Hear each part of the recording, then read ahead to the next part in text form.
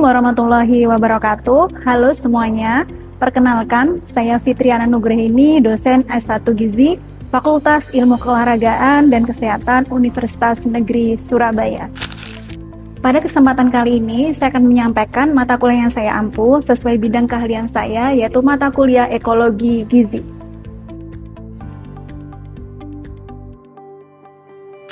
Mata kuliah wajib ini ditujukan untuk mahasiswa gizi semester 2 dengan bobot 2 SKS. Mata kuliah ini diselenggarakan dalam 16 kali pertemuan tatap muka dengan rincian 14 kali pertemuan materi dan 2 kali pertemuan sumatif 1 dan sumatif 2. Mahasiswa juga akan mendapatkan kuliah tamu mengenai pengukuran pangan dan gizi yang akan diselenggarakan oleh Badan Pangan Nasional untuk meningkatkan kompetensi pengukuran ketahanan pangan di tingkat rumah tangga dan juga nasional. Mata kuliah ini membahas mengenai konsep dasar ekologi, determinan masalah pangan dan gizi, pengukuran ketahanan pangan, isu ketahanan pangan, serta kebijakan pangan dan gizi. Adapun capaian pembelajaran lulusan mata kuliah ini adalah CPL 5 dan 9, yaitu mahasiswa mampu menjelaskan teori dasar, iptek gizi, serta ilmu terkait, yaitu mengenai ilmu pangan, biomedik, humaniora, dan manajemen secara terstruktur. Selain itu, mahasiswa juga mampu membuat keputusan dalam proses pemecahan masalah gizi olahraga dan kebugaran, triple burden malnutrition pada perorangan, kelompok, dan juga masyarakat melalui penilaian status gizi dan faktor terkait. Sedangkan capaian pembelajaran mata kuliah yang diharapkan antara lain, yang pertama, mahasiswa mampu mengidentifikasi masalah gizi pada individu, kelompok, dan juga masyarakat. Yang kedua, mahasiswa mampu menggali informasi mengenai asupan, status gizi, serta faktor lingkungan dan perilaku makan. Yang ketiga adalah mahasiswa mampu memahami ruang lingkup ketahanan pangan dan juga gizi. Yang terakhir, mahasiswa mampu mengidentifikasi berbagai kebijakan di bidang pangan dan juga gizi. Perkuliahan ini menggunakan model case study dengan metode pembelajaran ceramah, diskusi, dan juga tanya jawab. Perkuliahan ini dilaksanakan secara luring dan juga daring dengan memanfaatkan LMS, Learning Management System, yang dikembangkan oleh UNESA. Sistem penilaian yang dilakukan mencakup tes 50% yang diambil dari sumatif 1 sebanyak 25% dan sumatif 2 sebanyak 25%, serta partisipatif 50% dari analisis kasus sebanyak 40% dan diskusi kelompok sebanyak 10%. Referensi utama yang kami gunakan meliputi buku referensi karya saya yang berupa book chapter, buku referensi karya ahli lainnya, serta artikel jurnal bereputasi supaya mahasiswa mampu mengikuti perkembangan ilmu masa kini. Baik, berikut adalah video proses pembelajaran pada mata kuliah Ekologi Gizi dengan materi pada pertemuan keempat, yaitu permasalahan pangan dan gizi. Oke, selamat siang semuanya. Assalamualaikum warahmatullahi wabarakatuh. Oke, sehat semuanya hari ini? Sehat ya, nggak bosen ya ketemu saya ya? Oke, hari ini kita pertemuan keberapa nih kira-kira? Keempat, jadi kita sudah 3 kali ketemu ya untuk ekologi gizi ya. Jadi di pertemuan kita yang keempat ini kita akan belajar mengenai permasalahan pangan dan gizi. Jadi kalau kita lihat di Indonesia ini kan banyak banget kan ya permasalahan pangan dan gizi ya, nggak cuma gizi aja, kayak gitu. Nggak hanya balita saja, tapi semua siklus kehidupan itu dia punya permasalahan masing-masing. Nah, ini nanti tugas kalian nih harus tahu masalahnya apa. Gitu ya. Oke, sebelum kita memulai ini ya supaya nanti kalian paham dengan baik kayak gitu ya, kita berdoa dulu ya. Berdoa menurut kalian masing-masing, dimulai.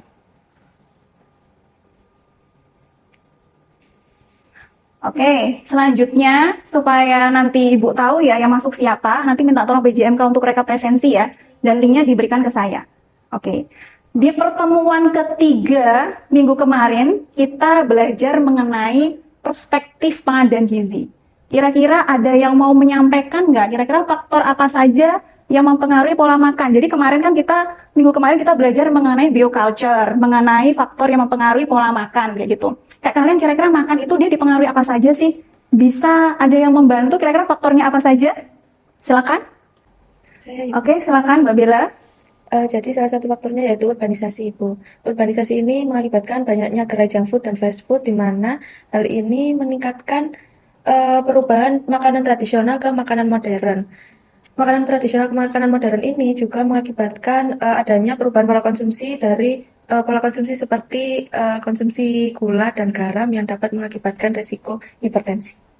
Oke, terima kasih Mbak Bella. Bener ya teman-teman ya. Jadi yang mempengaruhi apa yang kita konsumsi itu macam-macam, tergantung kitanya. Dan dampaknya ini bisa positif sama negatif. Jadi kalau yang disampaikan Mbak Bella sama Mbak Fatima kan tadi negatifnya nih ada shifting pola makan dari tradisional ke modern kayak gitu. Yang kalian dulu mungkin nenek kakek kalian tuh suka makan makanan tradisional. Nah sekarang cucu-cucunya ini suka makanan junk food modern kayak gitu ya. Nah ini CPMK kita, jadi ada yang harus kalian dapatkan di pertemuan kali ini kayak gitu. Jadi CPMK-nya adalah mengidentifikasi masalah gizi individu, kelompok dan juga masyarakat. Sedangkan sub CPMK-nya adalah jadi mahasiswa nanti mampu menganalisis determinan masalah gizi. Jadi penyebab masalah gizi itu apa saja. Gitu ya. Oke. Nah, ini tujuan pembelajaran. Output dari mata kuliah ini, ya materi ini yang pertama adalah menjelaskan permasalahan pangan dan gizi makro dan juga mikro. Yang kedua, mahasiswa bisa menjelaskan jenis-jenis permasalahan pangan dan gizi. Jadi ini terkait juga dengan gizi makro dan mikro. Terus yang terakhir, mengidentifikasi determinan masalah gizi, gitu ya, faktor penyebabnya. Oke, nah ini kalau kalian lihat di gambar nih banyak, ada 3 ya, ada 3 permasalahan gizi kayak gitu. Kira-kira bisa ini nggak menyebutkan nggak? Ini masalah apa sih sebenarnya? Masalah apa sebenarnya yang ini? Anemia pada ibu hamil. Ibu hamil anemia. Kelihatan anemianya dari mana ini? Oke, jadi ini, oh ibunya menunduk nih kayaknya lemes nih ya. Nah, ini salah satu akibat kekurangan zat besi ataupun juga kalau makronutrien kekurangan protein kayak gitu. Nanti kita akan bahas di sini ya. Terus ini kira-kira nih lagi ngapain ini? Makan junk food yang tadi sudah disampaikan teman-teman tadi ya, ada shifting pola makan kayak gitu ya. Ini berarti masalahnya apa nih kira-kira? Obesitas. Ya, jadi obesitas pada dewasa, tapi sebenarnya obesitas itu bisa pada semua umur gitu ya, semua kelompok umur. Nah ini kalau yang ini apa kira-kira? Gizi buruk. Jadi ini salah satu ini sama ini ya, balita sama ibu hamil ini termasuk kelompok yang rentan. Kayak gitu. Jadi dia dampaknya itu nggak hanya short term aja, tapi long term. Ibu hamil anemia dampaknya ke janinnya.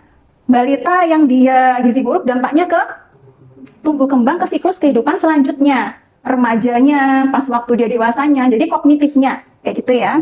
Oke. Nah, jadi sebenarnya apa sih permasalahan pangan? Kayak gitu. Jadi kalau teman-teman biasanya baca berita ada masalah pangan nih, oh di sana ada ini defisit pangan, kayak gitu, kekurangan pangan di daerah timur, kayak gitu. Sebenarnya apa sih kayak gitu? Kalau berdasarkan ini ya Kementerian Pertanian, masalah pangan itu sebenarnya tidak hanya karena defisit atau kekurangan, tapi juga karena berlebihan, kayak gitu. Kan kalau kalian teman-teman lihat berita kayak gitu ya, untuk distribusinya itu tidak merata. Di Jawa nih, di Jawa seringnya kan nggak ada kekurangan kan ya kalau di daerah perkotaan. Sedangkan kalau di daerah yang secara infrastruktur kurang kayak gitu, jalannya rusak atau jembatannya nggak ada, nah itu akan kurang aksesnya. Dan yang terakhir adalah ketidakmampuan akses. Nah, ketidakmampuan akses ini sebenarnya juga bisa mempengaruhi kekurangan pangan. Tapi ketidakmampuan akses ini sebenarnya tidak hanya dipengaruhi oleh tadi infrastruktur tadi, tapi juga ekonomi kayak gitu. Misalkan kalian kan per bulan dapat uang saku tuh, dapat uang saku. Di UNESA kan nggak ada jalan rusak kan ya, jalan tinggal jalan mau ke food court kayak gitu. Tapi ternyata uang sakunya sehari cuma 8.000 misalkan ya, 8.000 misalkan. Itu kalau 8.000 agak susah ya dapat di UNESA kayak gitu, makanan seperti itu. Paling dia nasi sama tempe tahu. Tidak memenuhi konsep gizi seimbang yang sudah kita pelajari ya di semester 1 ya. Itu. Jadi tidak hanya masalah kekurangan pangan tapi juga kelebihan pangan. Karena semua ini itu dampaknya itu ke masalah kesehatan. Jadi tadi masalah obesitas yang dia kelebihan pangan, yang kekurangan pangan ini masalahnya adalah gizi buruk kayak gitu. Nah, masalah pangan sendiri itu diklasifikasikan menjadi 2 ya, sementara dan juga kronis kayak gitu. Jadi kalau dari segi definisi ini ya, Sementara sama kronis pasti kalian bisa menyimpulkan ya, kalau sementara itu kan dalam jangka waktu yang pendek. Sedangkan kalau kronis itu panjang, kayak gitu ya. Nih sementara, berarti kira-kira apa nih contohnya di Indonesia? Diakibatkan karena apa nih masalah pangan sementara? Climate change, apa? Selain itu? Gagal panen. Nah itu akibat dari climate change, kayak gitu ya. Jadi bencana alam nih misalkan, bencana alam kan tidak bisa terprediksi nih. Misalkan contohnya kayak di Palu kemarin ya, tahun sekitar 2017 ya, kalau nggak salah 2020-an kayak gitu ya. Kalau nggak salah nih, kayak gitu. Di Palu itu dia ada bencana alam apa? Gempa, kayak gitu. Sampai dia tanahnya itu bergeser. Jadi infrastrukturnya itu rusak, kayak gitu. Akhirnya akses ke ini sumber makanannya juga susah. Bantuan pun mau ke sana juga susah. Mau nggak mau dari apa? Dari via apa bantuannya? Via udara. Sedangkan helikopter juga terbatas kalau di Indonesia. Karena wilayahnya banyak yang terdampak. Gitu ya. Jadi itu sementara. Sedangkan kalau kronis itu dia berlangsung terus menerus. Ini contohnya ini dari kemiskinan struktural. Jadi kemiskinan struktural itu bukan karena dia males makanya miskin, gitu enggak ya. Kemiskinan struktural itu adalah kesempatan kita, ketidakpunyaan kesempatan kita untuk mendapatkan pendidikan, mendapatkan kesehatan yang baik. Kayak gitu. Jadi misalkan ini hubungannya sama kebijakan ya, teman-teman ya. Di pendidikan kayak gitu, kalau di Indonesia kan ada apa? Ada sekolah 9 tahun, programnya kan gratis kan ya, 9 tahun kayak gitu. Walaupun memang ada biaya operasionalnya, entah swasta maupun negeri kayak gitu. Jadi kalau misalkan nih ya, orang yang tidak mampu, terus dia mau sekolah, ternyata seragamnya harus bayar. Nggak mampu tuh, akhirnya kan nggak punya kesempatan. Walaupun kata pemerintah, gratis. Tapi ada perintilan yang harus bayar sendiri, kayak gitu. Jadi akhirnya ya nggak bisa sekolah. Nggak bisa sekolah akhirnya gimana? Nggak bisa mendapatkan pekerjaan yang layak. Akhirnya apa? Gajinya juga di bawah UMR. Sekarang kan susah kan ya mendapatkan pekerjaan ya. S1, harus D3, harus D4, kayak gitu. Kalau tidak punya kesempatan tadi pendidikan, kesehatan, ya itu akhirnya dia tidak mampu untuk mendapatkan status sosial, status ekonomi yang baik di masyarakat. Gitu ya. Oke. Selanjutnya, ini faktor penyebab masalah pangan. Jadi, ini saya rasa teman-teman juga sudah tahu ya, kalau baca dari sini ya. Jadi di sini ada ketahanan pangan, itu meliputi 3. Tahan pangan, kerawan pangan. Jadi tahan pangan itu, kalau misalkan makan itu tersedia di meja kita. Tersedia nomor 1. Yang kedua adalah aksesnya. Jadi jalannya, transportasi umumnya. Terus yang ketiga adalah pemanfaatan. Jadi bisa jadi teman-teman bisa akses, bisa tersedia, tapi ternyata pemanfaatannya ke tubuh itu kurang. Misalkan gimana nih? Bisa beli nih, terus bisa tadi akses ya. Tapi ternyata yang kita konsumsi misalkan nih gizi seimbang, sudah ada nasi, lauk, terus sayur, buah, tapi ternyata kita konsumsinya bersamaan dengan teh, kopi, coklat yang termasuk zat penghambat penyerapan zat besi, kayak gitu. Jadi akhirnya makan banyak tapi pemanfaatan ke tubuhnya kurang. Nah, itu di ketahanan pangan. Selanjutnya kebijakan pangan. Kebijakan pangan di Indonesia banyak banget ya, teman-teman, apalagi presiden kita menginginkan Indonesia ini swasembada pangan, kayak gitu. Jadi fokusannya ini ke pangan, gitu ya. Terus selanjutnya adalah perlindungan dan kesejahteraan petani dan juga nelayan. Jadi ini adalah aktor utama ya yang mempengaruhi produksi pangan di Indonesia, gitu ya. Oke, di sini mungkin ada yang tahu nggak kalau misalnya baca-baca berita nih, kebijakan pangan di Indonesia ini kira-kira apa saja? Contohnya, gitu ya. izin menjawab Ibu. Oke, silakan Basma. Oke, setahu saya Ibu, kalau misal kebijakan pangan terus ada keterkaitannya petani dan nelayan itu yang pernah saya baca di Jabodetabek kan ada KRL itu khusus untuk petani dan pedagang. Nah, menurut saya itu jadinya membantu mereka kayak misal ngepres budgetnya, kemudian mengurangi kepadatan dari penumpang umumnya, kemudian mempermudah mobilisasi dari rumah ke pasar. Menurut saya seperti itu Ibu. Oke, terima kasih Basma. Nah, jadi kebijakan pangan yang ada di Indonesia ini memang dia berdampak pada perlindungan kesejahteraan bagi petani dan juga nelayan. Tadi disebutkan Basma ya, jadi KRL, tersedianya KRL sehingga dia memotong waktu transportasi yang biasanya jaraknya mungkin bisa 2 jam dari ini ya, dari atas ke bawah, dari pegunungan ya, dari pegunungan ke pasar kayak gitu, itu juga bisa lebih pendek lagi kayak gitu. Nah, Mbak Zuyin tadi ada bantuan irigasi, bantuan teknologi, ada listrik kayak gitu juga ya, yang membantu petani mengurangi biaya operasional gitu ya. Terima kasih Mbak Basma sama Mbak Zuyin. Nah, selanjutnya kita akan ngobrol mengenai masalah gizi di Indonesia khususnya ya. Tapi ini memang akan ini ya, pastinya masalahnya nggak cuma di Indonesia tapi juga seluruh dunia kayak gitu. Oke, yang pertama masalah makronutrien ya. Jadi kekurangan makronutrien, jadi stunting kayak gitu. Di sini ada penurunan dari tahun 2018 dari SKI ya, Survei Kesehatan Indonesia kayak gitu. Dari 30% menjadi 21% kayak gitu. Nah, stunting ini dia indikatornya apa? Tinggi badan menurut umur kayak gitu ya. Jadi stunting ini dia dampak dari kekurangan konsumsi protein ataupun makronutrien secara umum ya. Pas waktu ibunya hamil atau pas waktu dia sudah lahir, ternyata konsumsi MPASI-nya dia tidak bervariasi. Kalau terjadi secara long term kayak gitu lama, ini masuknya adalah gizi kronis ya, dia lama ya.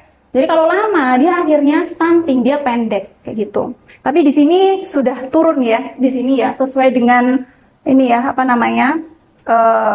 Rencana RPJMN-nya pemerintah kayak gitu ya. Dia di bawahnya 25% kayak gitu. Sedangkan kalau balita wasting kayak gitu, kalau ini kan stunting tadi gizi kronis. Kalau wasting ini dia gizi akut, masalah gizi akut. Jadi dalam jangka waktu yang sebentar kayak gitu. Jadi dia kekurangan gizi makronutriennya itu dalam beberapa bulan, 3 bulan, 4 bulan. Nah, indikatornya adalah BB per TB kayak gitu.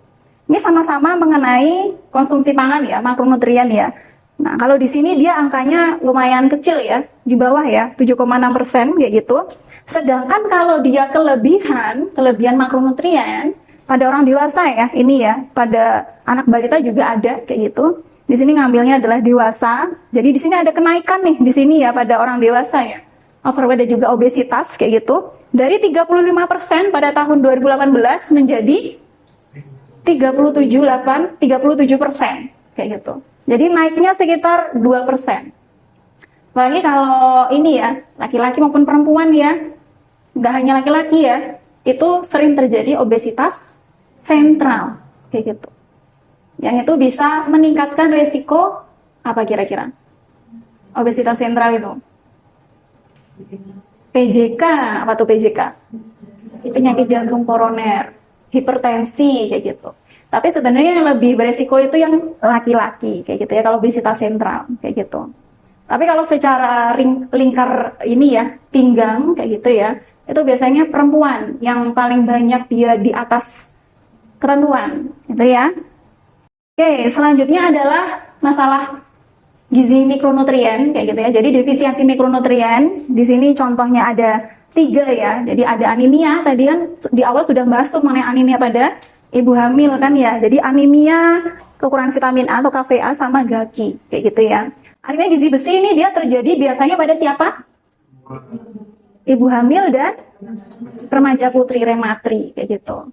Jadi banyaknya di situ karena remaja putri itu biasanya kenapa? Kok bisa rentan? Menstruasi. Jadi per bulan pasti menstruasi kayak gitu ya. Jadi 2 kelompok ini dia rentan mengalami anemia kayak gitu. Apalagi kalian sudah setiap bulan menstruasi ditambahi dengan sering konsumsi teh gitu ya. Apalagi kopi kekinian ya gitu ya. Habis makan konsumsi kopi wes. Itu penyerapan zat besinya sedikit gitu ya. Terus selanjutnya KVA, kekurangan vitamin A. Dulu ini masalahnya banyak ya di Indonesia ya. Tapi semenjak ada program pemberian suplemen vitamin A, hampir nggak ada masalah kekurangan vitamin A. Jadi seperti buta kayak gitu ya, sudah nggak ada Jadi suplemen vitamin A itu diberikan mulai usia 6 bulan sampai 59 bulan, kayak gitu. Dia diberikan 2 kali ya, teman-teman ya. 6 sampai 11 sama di atas 11 bulan, kayak gitu. Terus selanjutnya gaki, kekurangan yodium, kayak gitu. Biasanya sumbernya dari mana? Garam, yang biasanya ibu kalian masak ya setiap hari ya. Nah, gaki ini kalau pada orang dewasa dia menyebabkan gondok, sedangkan kalau pada ibu hamil kalau dia kekurangan yodium, dampaknya adalah anaknya bisa apa nih? Ini nih. Kerdil, kayak gitu. Kalau stunting kan pendek kan ya, stunting pendek. Kalau kerdil itu dia kecil tapi wajahnya dewasa, ya itu kan banyak ya, kalian lihat gitu ya di TV kayak gitu ya. Nah itu terjadi karena ibunya pas waktu hamil tuh kekurangan yodium kayak gitu. Nah ini dari 3 masalah ini sebenarnya Indonesia sudah punya programnya ya. Ini programnya apa nih? Anemia zat gizi besi untuk suplementasi TTD. Nah, kan kalau ini tadi apa programnya untuk menekan KVA? Pemberian suplemen vitamin A kayak gitu ya. Ini juga bisa diberikan pada ibu hamil juga, nggak cuma ke anak balita. Kalau ini kira-kira apa program pemerintah? Fortifikasi, bener ya. Jadi garamnya itu sudah difortifikasi, yodium, gitu ya. Oke, selanjutnya kita akan membahas mengenai determinan masalah gizi. Jadi apa saja sih faktor yang mempengaruhi masalah gizi? Yang pertama adalah akses dan kondisi lingkungan pangan. Ini sudah kita bahas tadi ya, ketersediaan pangan. Jadi ketersediaan pangan itu adalah yang ada di rumah tangga ataupun individu. Jadi yang kalian makan kayak gitu di atas meja itu tersedia. Ada akses tadi juga ada sama pemanfaatan kayak gitu ya. Terus yang selanjutnya air bersih dan juga sanitasi. Kenapa sih ini penting? Karena kalau kita tidak ada air bersih dan juga sanitasi yang bagus, itu bisa meningkatkan infeksi kayak gitu. Kalian beli ini ya, misalkan kalian beli daging, kalian beli ikan kayak gitu, ataupun udang kayak gitu ya. Kalian masak tuh di wajan. Terus nggak ada air, ya udah habis masak udang nih saya masak tempe aja. Wah itu cross kontaminasi kayak gitu. Jadi nggak ada air bersih, nggak ada sanitasi yang bagus, itu bisa meningkatkan infeksi kayak gitu ya. Terus selanjutnya perubahan iklim, ini juga tadi sudah kita bahas sedikit ya, climate change kayak gitu ya. Karena memang sekarang itu global warming ya, jadi akhirnya cuaca itu tidak menentu kayak gitu. Ini pengaruhnya juga ke aktor utama kita, siapa tadi? Petani dan juga nelayan kayak gitu. Jadi kalau misalkan cuaca ekstrim nih, kering, bisa gagal panen, akhirnya hasil produksinya juga menurun kayak gitu. Banjir, itu juga hasil panennya, padinya ya itu busuk. Nah, akhirnya juga panennya berkurang kayak gitu ya. Oke, selanjutnya ini faktor sosial. Kalau tadi faktor apa? Lingkungan. Kayak gitu. Ini faktor sosial, hubungannya sama sosial ya, internal ya. Ini juga internal ya. Jadi ada ukuran keluarga, pendidikan kepala keluarga, pengetahuan gizi ibu kayak gitu. Yang pertama ukuran keluarga. Jadi ini adalah banyak sedikitnya jumlah anggota keluarga di rumah tangga kayak gitu. Jadi semakin banyak ini tergantung ekonomi ya, sebenarnya tergantung penghasilan ya. Kalau misalkan penghasilannya di bawah UMR, satu rumah itu dia 8 orang kayak gitu, harus memberi makan selama 1 bulan, bisa jadi tujuan dia makan itu cuma kenyang kayak gitu ya. Bukan sehat, bukan gizi seimbang lagi, tapi kenyang karena satu orang dapatnya cuma sedikit kayak gitu. Tapi ini tadi ya, faktor yang mempengaruhi adalah ekonomi. Yang kedua, pendidikan kepala keluarga. Jadi pendidikan kepala keluarga ini dia akan mempengaruhi cara mempertimbangkan membeli sesuatu kayak gitu. Ini misalkan nih sudah ekonominya itu kurang, terus dia pengetahuan terhadap makanan yang aman dan sehat juga kurang, nah itu double kill, gitu ya. Jadi akhirnya kuantitas dan juga kualitasnya juga akan rendah, gitu ya. Selanjutnya pengetahuan gizi ibu. Nah ini kalian calon ibu sama calon bapak ya, di sini calon bapaknya di pendidikan kepala keluarga ya. Nah, ini pengetahuan gizi ibu. Jadi ibu itu andilnya lumayan kuat ya dalam membeli bahan makanan kayak gitu. Jadi kalau ibunya tahu, oh dalam satu piring itu harus ada bahan makanan pokok, sumber protein, sayur, buah, terus dia harus cukup ininya hidrasinya. Nah, kalau misalkan ibunya yang nggak tahu ya, yang dikonsumsi anggota keluarga juga tidak terpenuhi. Makanya penting di sini ya. Pendidikan keluarga, terus pengetahuan ibu sama kalau ukuran keluarga ini kan ada program dari pemerintah kan ya, apa? 2 anak cukup ya, keluarga berencana ya. Tujuannya apa sebenarnya? Supaya tersedia dan juga pemanfaatannya bagus oleh tubuh. Nah, selanjutnya faktor budaya. Nah, ini preferensi dan juga pantangan makan. Jadi preferensi itu suka nggak suka konsumsi makan. Oh, saya suka seblak kayak gitu. Oh, saya akan beresiko nih. Beresiko apa kira-kira kalau seblak? Hipertensi kayak gitu. Kecuali kalau seblaknya buat sendiri, gitu ya. Tepung-tepungannya dikurangin kayak gitu. Masak bumbunya jangan bumbu instan kayak gitu. Nah, kalau sekarang tadi kita sudah ngobrol mengenai perubahan tadi ya, shifting pola makan kayak gitu ya. Apalagi preferensi, kita kan FOMO tuh, kalau ada yang buka kayak gitu kita beli kayak gitu. Kalau ada yang buka terus teman kita beli, kita nggak beli merasa ketinggalan gitu kan ya, FOMO kayak gitu. Selanjutnya adalah pantangan makanan. Jadi pantangan makanan itu dia dari agama dan juga non agama. Jadi faktornya dari agama sama non agama. Jadi kan dia nggak boleh makan suatu makanan kayak gitu ya. Kalau agama misalkan nggak boleh konsumsi babi, nggak boleh konsumsi sapi, nggak boleh konsumsi alkohol kayak gitu. Nah, itu pantangan agama. Sedangkan kalau pantangan non agama itu biasanya mitos-mitos yang dipercaya oleh masyarakat, atau istilahnya adalah food tabu kayak gitu. Kira-kira teman-teman pernah dengar nggak? Oh, nggak boleh konsumsi ini, nggak boleh konsumsi itu, nanti bisa mempengaruhi kondisi kalian loh gitu. Pernah dengar nggak?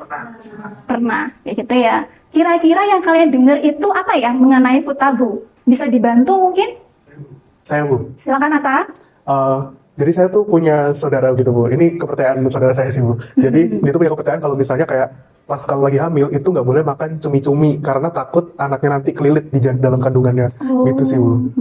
Oke, jadi tadi food tabu pada ibu hamil dan juga ibu nifas itu dia sering sekali ya berseliweran kayak gitu, mitos-mitos yang dipercaya oleh ibu hamil dan juga ibu nifas. Tapi nggak cuma dari 2 grup ini saja ya, 2 sastra ini, tapi banyak kayak gitu ya. Remaja putri juga dia punya pantangan kayak gitu. Jadi ini memang food tabu itu biasanya terjadi pada kelompok-kelompok yang rentan kayak gitu. Oke, dari food tabu tadi, dari penjelasan teman-teman tadi, ini kira-kira ada yang mau ditanyakan? Iya, Ibu, saya izin tanya. Oke, silakan Sahla. Dari food tabu yang mungkin sudah sama teman-teman disebutkan tadi, kira-kira apa yang bisa kita lakukan ya Ibu supaya mungkin ibu-ibu yang percaya food tabu tadi bisa berani untuk makan makanan tersebut tanpa takut gitu, Ibu. Terima kasih. Oke, terima kasih Mbak Sahla. Jadi pertanyaannya bagus ya teman-teman. Karena biasanya food tabu itu kepercayaannya diturunkan dari neneknya, dari ibunya, sehingga kita tuh biasanya sebagai ibu hamil, sebagai ibu nifas itu takut untuk tidak mengatakan tidak gitu ya. Oh, saya tetap mengonsumsi ini nih udang, saya tetap mengonsumsi tadi cumi-cumi, tetap mengonsumsi daging kayak gitu. Caranya kita sebagai ahli gizi memang agak berat ini ya. Kalau misalkan dia food tabunya datang dari adat gitu ya, dari suku tertentu, kita bisa mendekati kepala adat kayak gitu. Jadi nggak langsung kita ke personal, itu akan susah kalau kita ke personal ya. Karena di kepala adat bawahnya di setiap keluarga tuh pasti punya nenek, pasti punya ibu kayak gitu. Jadi agak lama nantinya. Jadi pendekatannya memang harus sedikit demi sedikit kayak gitu ya. Jadi nggak langsung bilang kalau nggak boleh ibu makan cumi-cumi, nggak boleh ibu makan daging kayak gitu. Kita menjelaskan secara saintis dan bisa juga menjelaskan faktanya. Ibu ini contohnya di beberapa daerah, ibu ini tetap mengonsumsi daging, tetap mengonsumsi cumi, tapi ternyata tidak berdampak seperti yang ibu-ibu yakini. Gitu? Ada yang mau ditanyakan lagi? Sudah cukup? Oke, sudah cukup ya. Jadi teman-teman nanti silakan belajar lebih lanjut ya di 2 rujukan ini. Supaya nanti teman-teman kalau misalkan ada yang kurang paham, bisa dicari lagi, kayak gitu ya. Terus untuk minggu depan, silakan nanti belajar mengenai sumber daya pangan dan sistem pengolahannya. Sudah ada di RPS ya. Jadi supaya nanti minggu depan kita bisa berdiskusi mengenai materinya. Oke, terima kasih semuanya sudah hadir pada pertemuan kali ini. Terima kasih. Wassalamualaikum warahmatullahi wabarakatuh. Sekian video proses pembelajaran untuk mata kuliah Ekologi Gizi pada program studi S1 Gizi Universitas Negeri Surabaya. Video ini akan digunakan sebagai salah satu syarat penyusunan dokumen persyaratan diri dosen untuk unjuk kerja Tridharma Perguruan Tinggi. Semoga dengan adanya video ini bisa menjadi bahan pertimbangan dalam proses penilaian sertifikasi dosen gelombang 1 tahun 2026. Akhir kata, saya ucapkan terima kasih. Wassalamualaikum warahmatullahi wabarakatuh.